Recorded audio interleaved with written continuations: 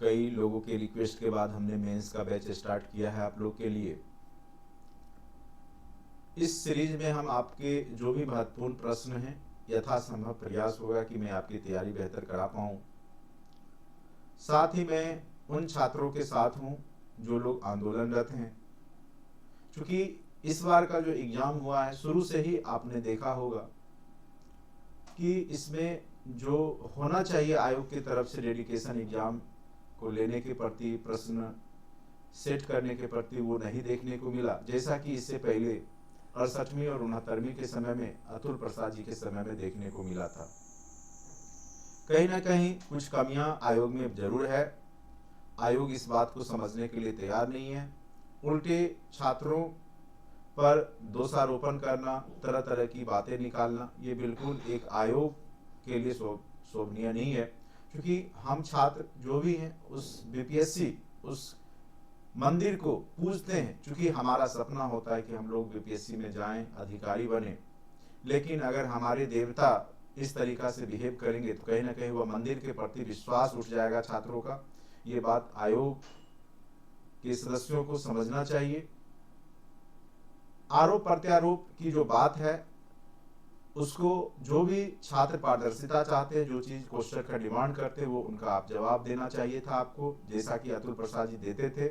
अगर आप नहीं दे पा रहे हैं तो उसको समूचे एग्जाम को आप रद्द करके फिर से आप एग्जाम ले लेते, इसमें कोई बुराई नहीं है।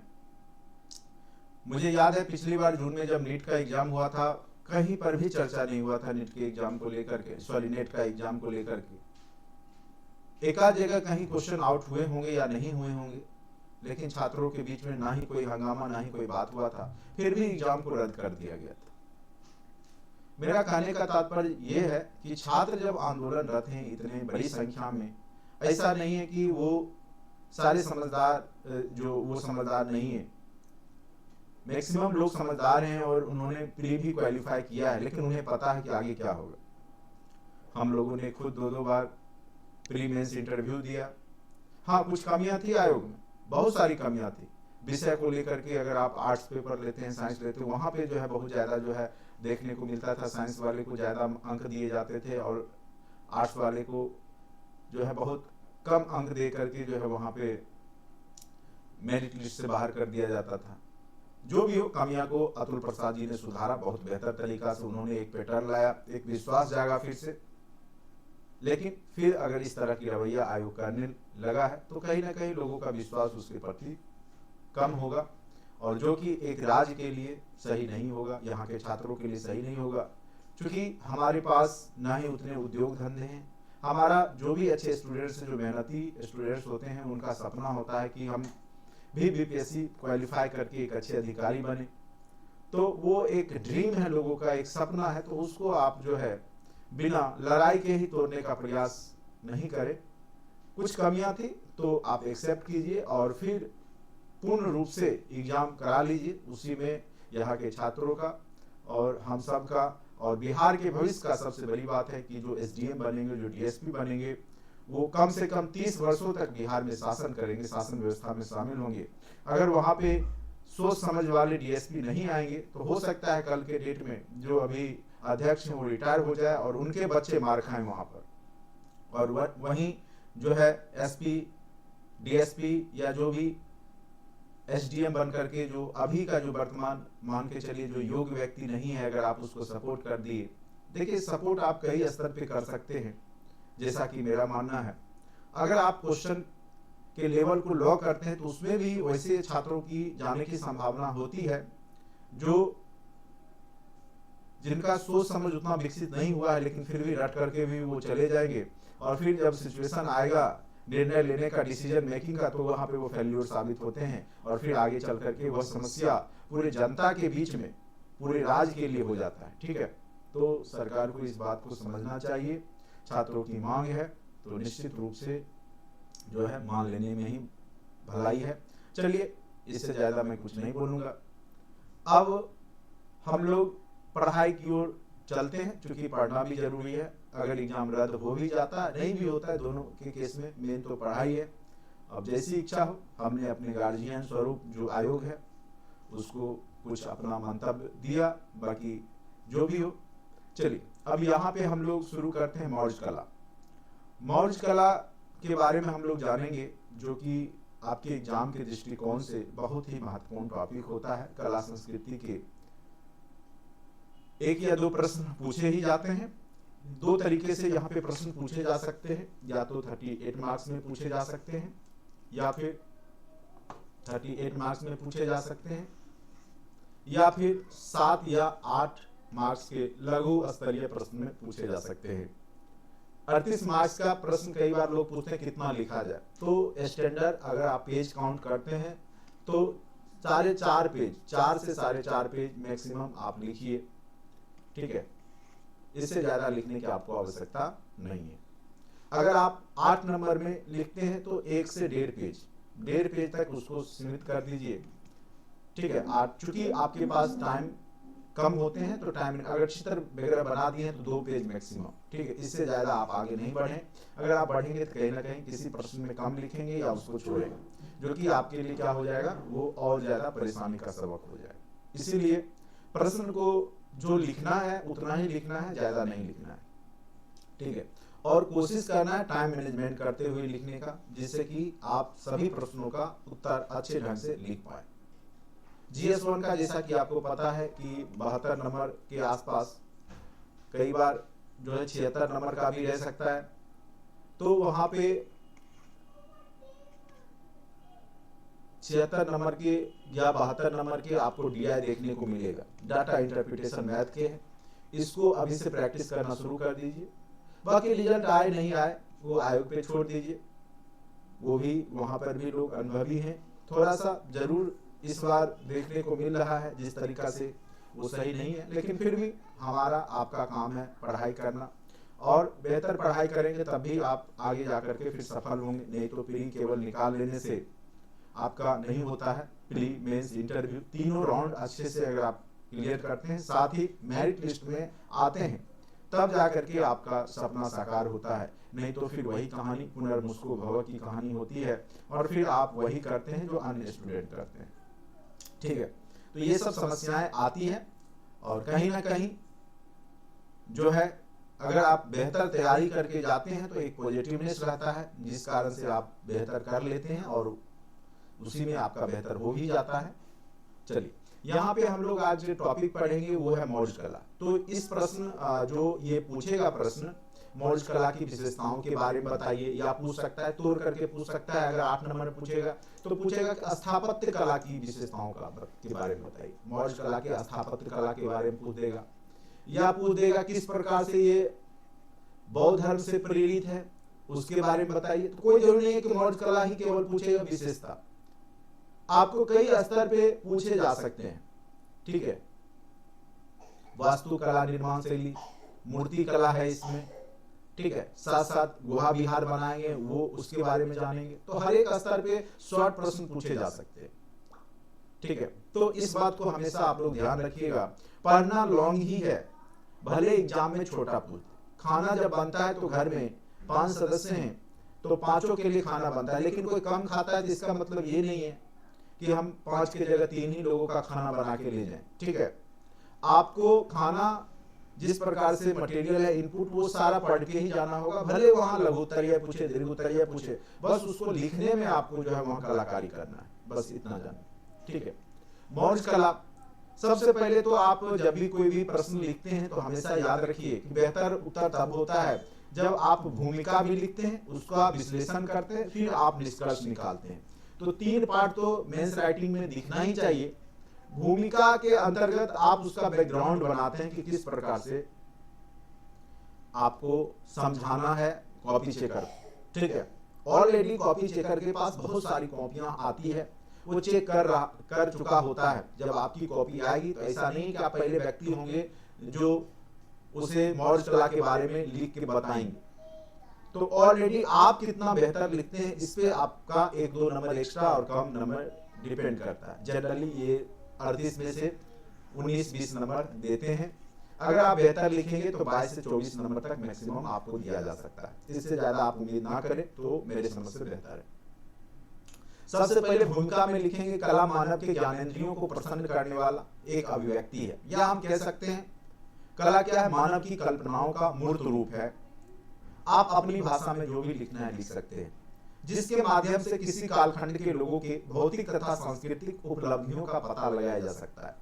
अगर कोई कला का विकास हुआ है और वो वर्तमान में मौजूद है, तो आप उसके प्राचीन समय में जब वो कला विकास हुआ था तो उसके बारे में आप अंदाजा लगा सकते हैं कि किस प्रकार की कला शैली रही होगी या वहां के लोगों का रहन सहन क्या रहा होगा। तो कला जो है किसी भी कालखंड के सांस्कृतिक, साहित्यिक या स्थापत्य सभी प्रकार का जो विकास हुआ है उसका एक प्रकार से दर्पण आप कह सकते हैं होता है, जिसके माध्यम से हम उस कालखंड के बारे में ऐतिहासिक जानकारी प्राप्त कर सकते हैं। ठीक है।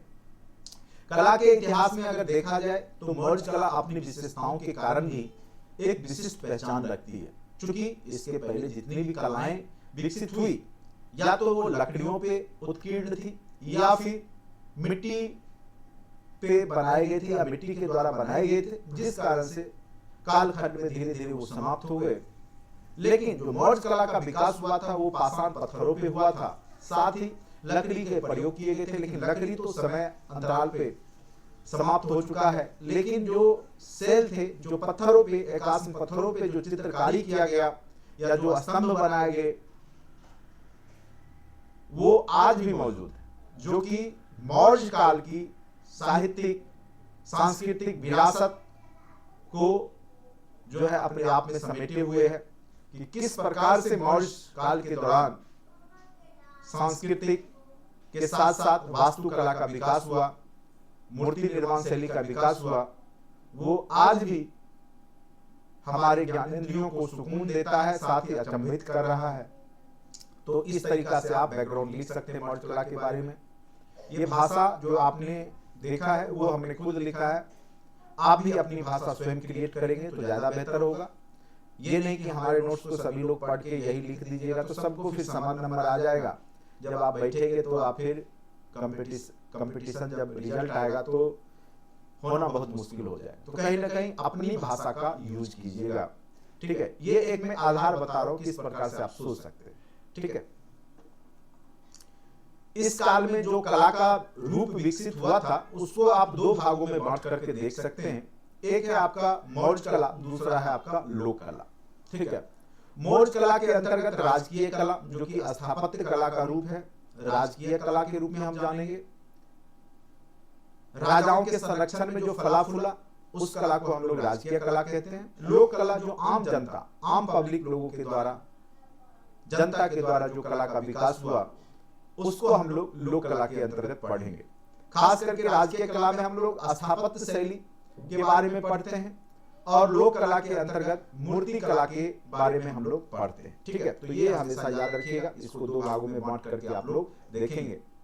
उसके बाद स्थापत्य कला को आप कई भागों में बांट करके रखेंगे, जिस प्रकार से हम यहाँ पे ट्री स्ट्रक्चर ड्रॉ किए हैं आप भी एग्जामिनेशन हॉल में करेंगे। अगर सारी विशेषताओं को पूछे तो, अगर केवल मूर्ति कला पूछ दिए या स्थापत्य पूछा तो केवल स्थापत्य कला के बारे में ही आपको बताना है, ये ना कि पूरा फिल्म आप लिख दीजिए, तो फिर आपके अच्छे नंबर नहीं आएंगे। प्रश्न के हिसाब से, प्रश्न की प्रकृति के हिसाब से आपको उत्तर देना है। तो स्थापत्य कला में आपका राजप्रसाद हो गया, स्तंभ हो गया, स्तूप हो गए, गुहा विहार हो गए।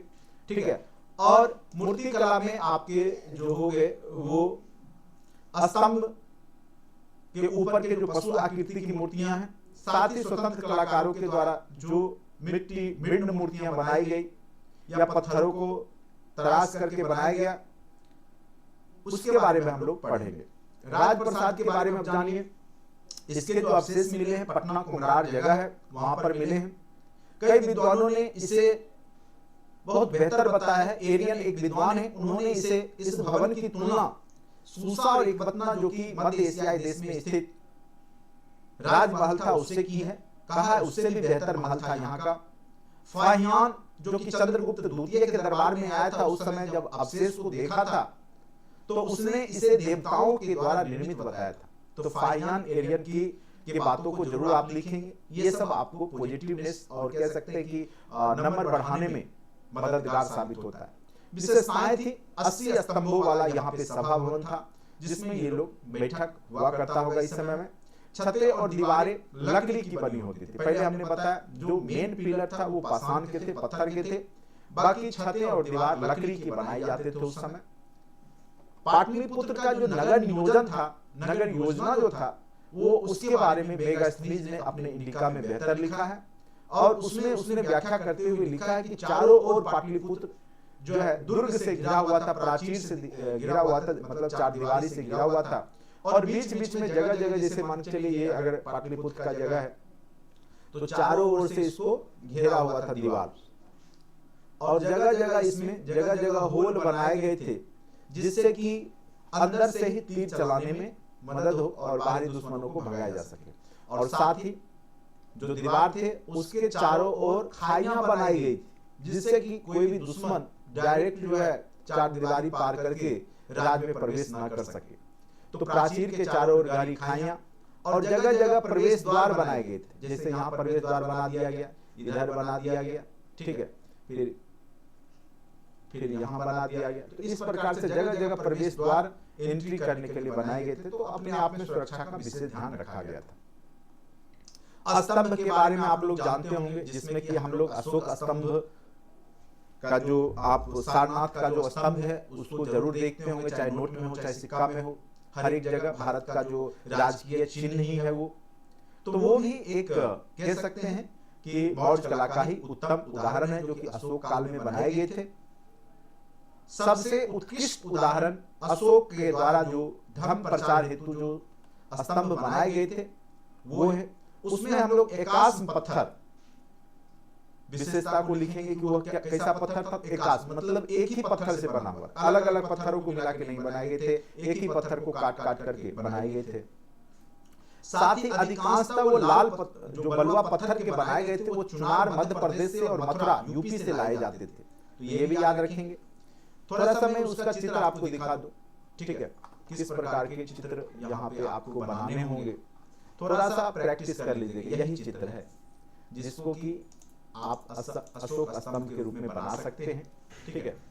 जैसे मान के लिए बनाना है तो यही चित्र है। तो इसको हम लोग छोटा सा प्रयास करेंगे, क्योंकि इसमें ऐसे होता तो है चार मुख, लेकिन क्योंकि एक पीछे वाला मुख आपको दिखाई नहीं देगा तो उसके बारे में तो आप बना नहीं सकते हैं, ठीक है।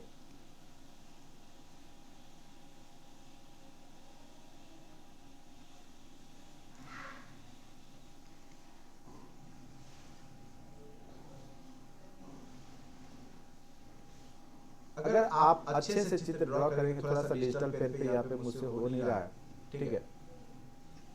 यहाँ पे एक बैल है, बैल बना दीजिएगा। इधर आपका जो है हाथी बना सकते हैं, ठीक है। तो इस प्रकार से भी अगर आप चित्र बनाते हैं, चित्र बना देते हैं, ठीक है, दर्शाने हेतु। और उसके बाद अधोमुखी कमल यहाँ पे आपको दिखेगा, अधोमुखी कमल, ठीक है। तो ये सारे कहीं ना कहीं गौतम बुद्ध के जन्म से प्रेरित है।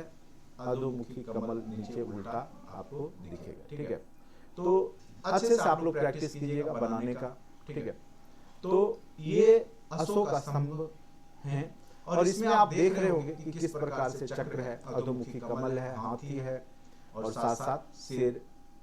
ये गौतम बुद्ध से जुड़ा हुआ है, जैसा कि चक्र धर्म चक्र परिवर्तन से जुड़ा है, सांड उनके जन्म का सूचक है, घोड़ा महाभिनिष्क्रमण का सूचक है, शेर चारों दिशाओं में उनके प्रभुत्व का सूचक है।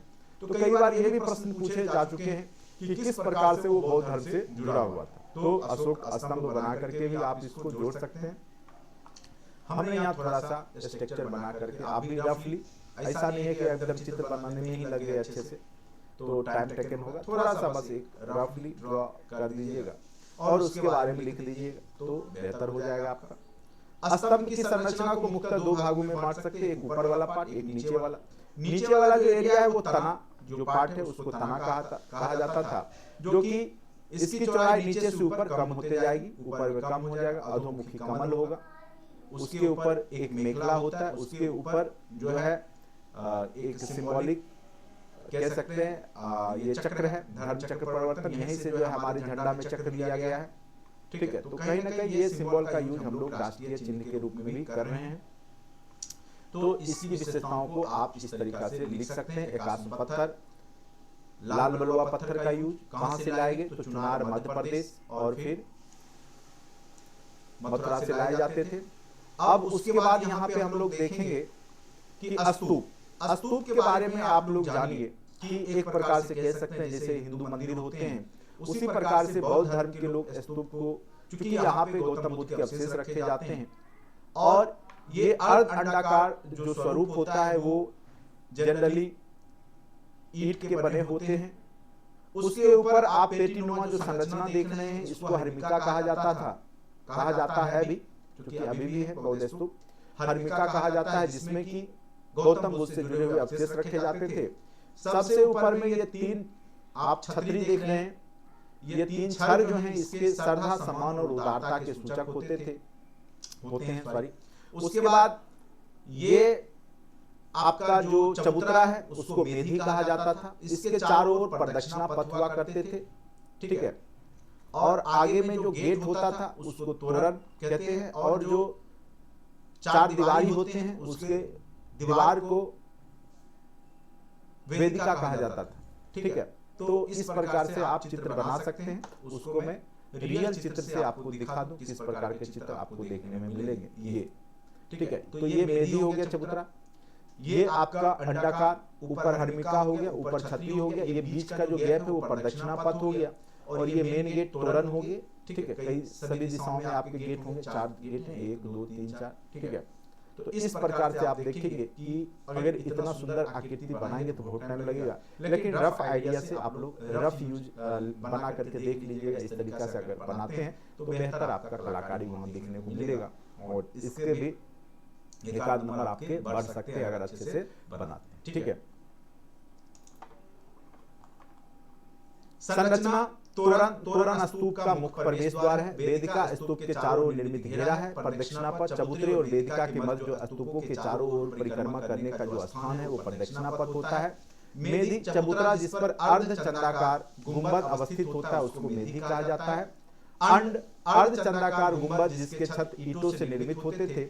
हर्मिका, पेटीनुमा संरचना जिसमें महात्मा बुद्ध के अवशेष होते थे, ठीक है। तो हर्मिका में हमेशा याद रखिएगा पेटीनुमा जो संरचना है इसमें महात्मा बुद्ध के अवशेष होते हैं।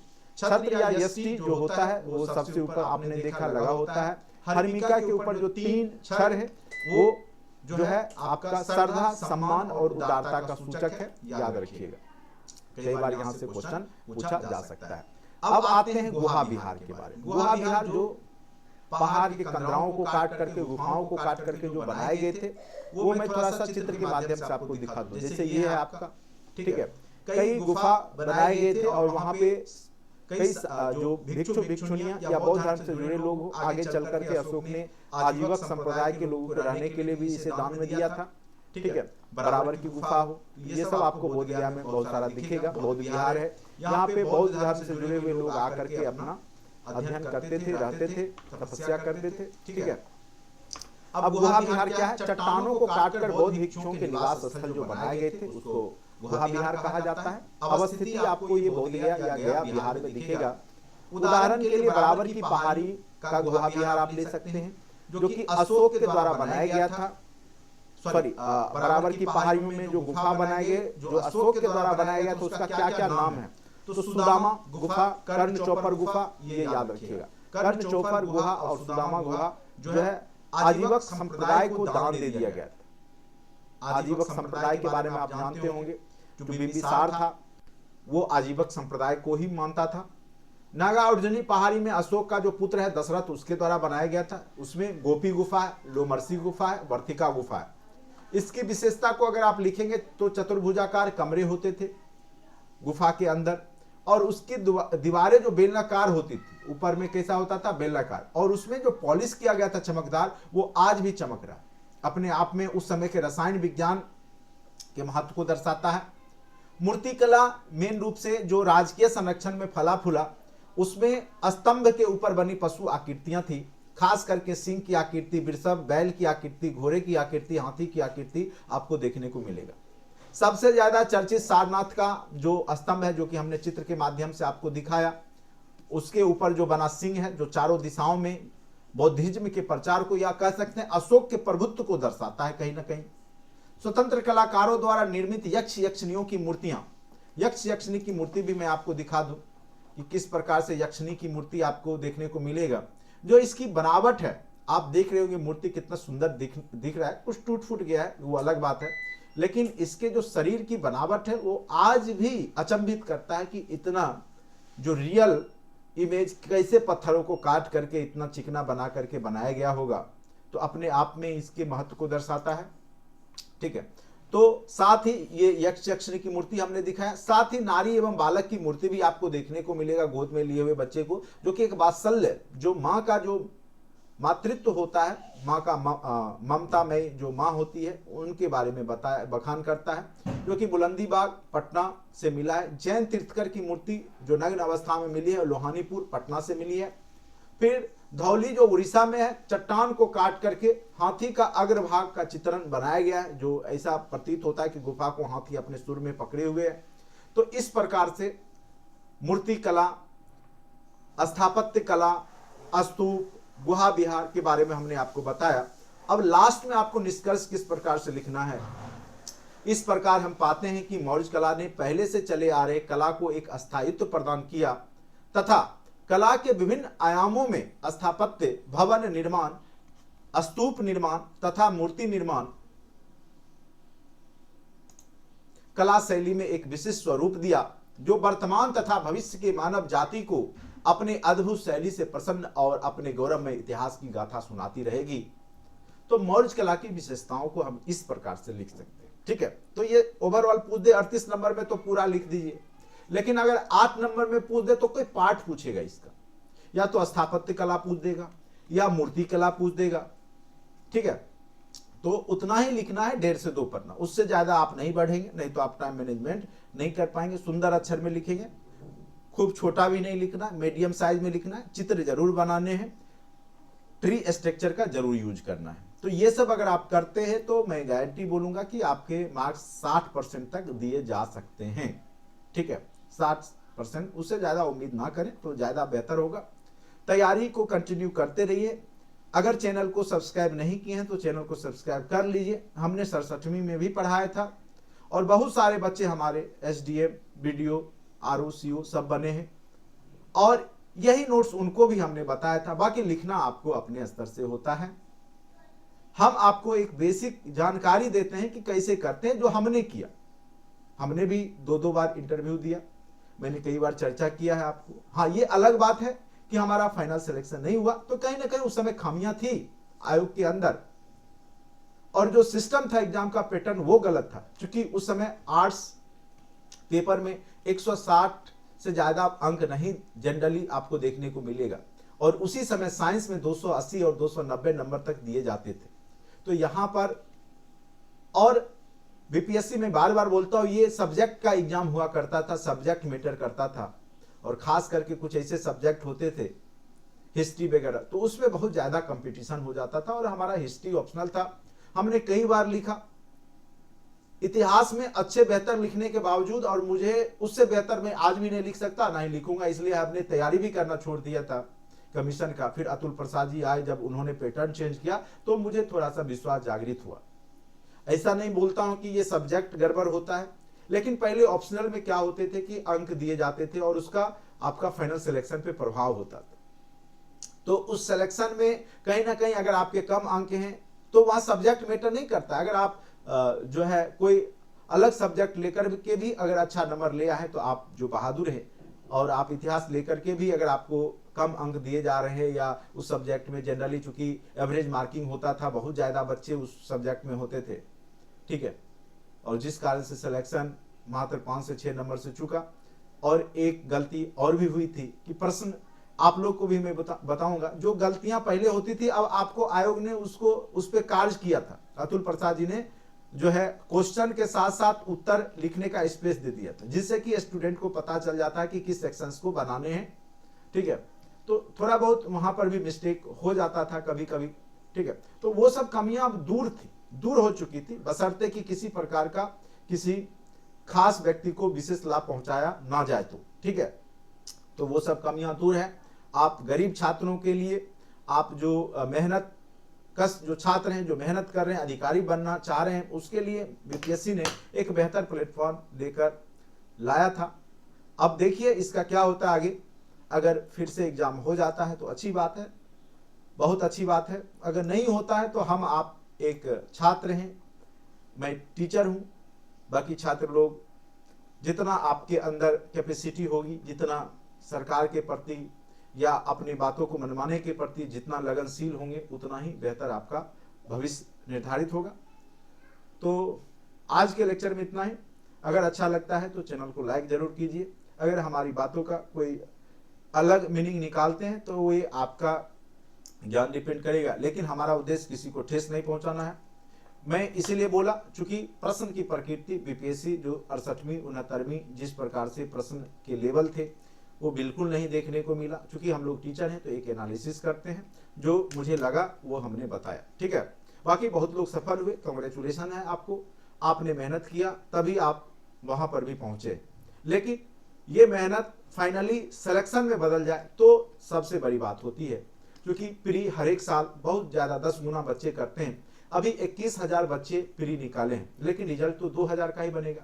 फिर 19,000 लोग आप किसी ना किसी कारण से उसी लाइन में खड़े होंगे जिसमें अभी जिनका नहीं हुआ। तो एक विश्वास होता है लोगों का, तो इस बात को समझिए। और जब तक आपको उस आयोग के प्रति श्रद्धा सम्मान नहीं बढ़ेगा, या सरकार या जो आयोग में बैठे लोग नहीं बढ़ाएंगे अब इसकी प्रतिष्ठा को, तब तक विश्वास छात्रों के बीच में लाना बहुत मुश्किल है, ठीक है। तो आज के वीडियो लेक्चर में इतना ही, धन्यवाद।